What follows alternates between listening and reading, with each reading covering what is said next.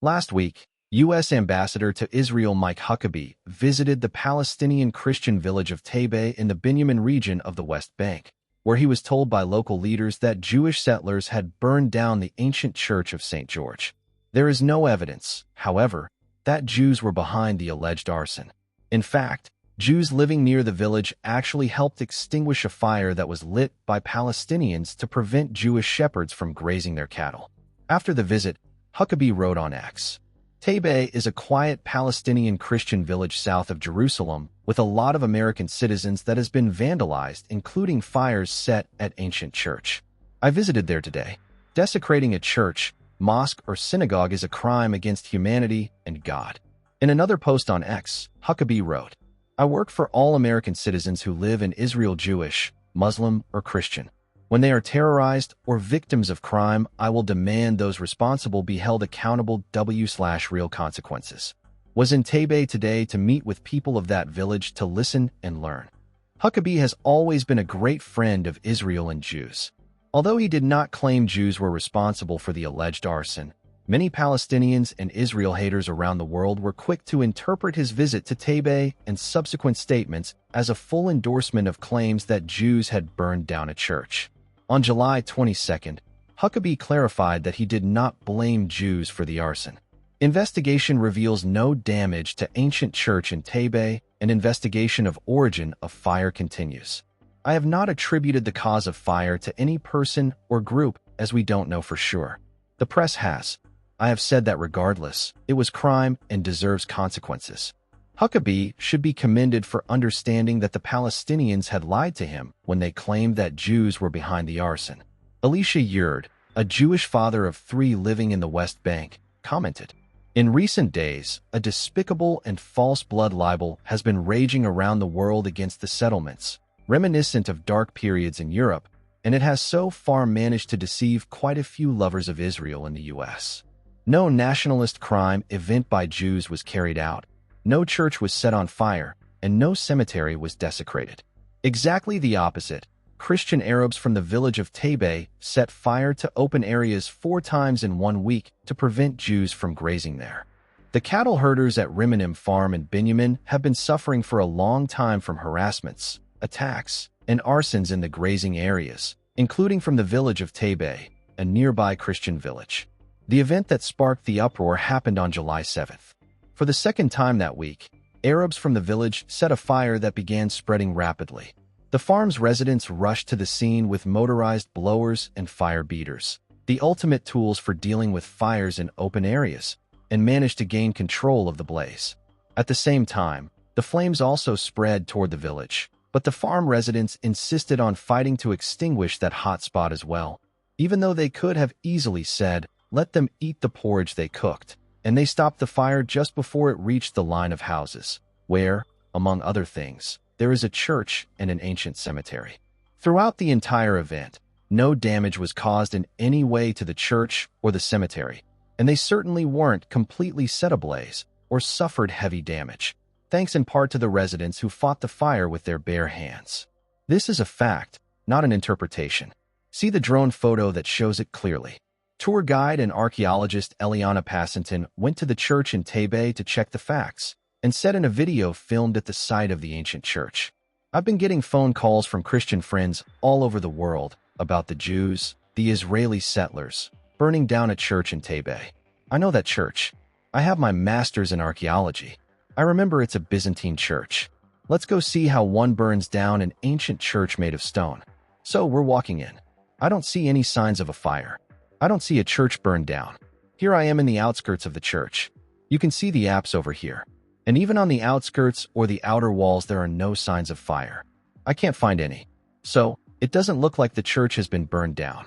But not far from the church, there was shrub that was most probably burned in the fire. This happens all over Judea and Samaria. You can see that these stones would have stopped the fire, and I still believe it's important to find out who set the fire. So who has the interest to display this bonfire as the settlers burning down the church? Someone is behind this. The Jews are burning down the church. Someone has an interest for you to believe that. If someone were to burn down a church, and it happened in our jurisdiction, we would make sure to put an end to it immediately. But that is not what happened. And when I get a phone call from our Christian friends saying, "How could you guys let that happen? Burn down a church?" I said, "Well, what are you imagining?" And they're imagining a wood structure, and that the settlers came in and threw a torch in and set it to fire. This is an ancient archaeological site. I have very much respect for it. But even if I tried my hardest, there's no way to burn it down. So not only is that not what happened, but it makes a great story. And when you have enough funding and you can spread the word, everyone believes it. So I'm here to reach out to our Christian friends who know us and believe in us. We are the guardians of the biblical heartland. This land was given to us by God. There is no reason for us to burn a church or to disrespect anyone else's religion. We do not do that, but we will find the truth. We will find out who put a fire to those fields, and they will pay the consequences. An independent investigation by the Press Service of Israel, TPSIL, has uncovered critical inconsistencies and claims that Israelis deliberately set fire to the 1,500-year-old church. Contrary to the widely reported accusations, TPSIL found evidence of firefighting efforts by local Jewish residents and raised serious doubts about the fire's origin, casting a shadow over the political motivations behind the allegation made by a promising Christian leader in the Holy Land. The news agency noted that on July 14th, Greek Orthodox Patriarch of Jerusalem Theophilos III, joined by Latin Patriarch of Jerusalem Cardinal Pierbattista Pizzaballa and diplomats from 20 countries, visited the church in Tebet.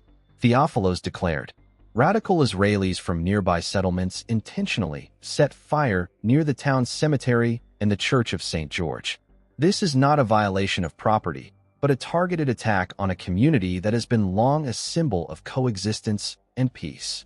According to TPSIL, a closer inspection of the footage reveals something different. Several young men from the adjacent Jewish farm can be seen running up the hill with fire-extinguishing equipment and reflective vests, attempting to put out the flames, not start them.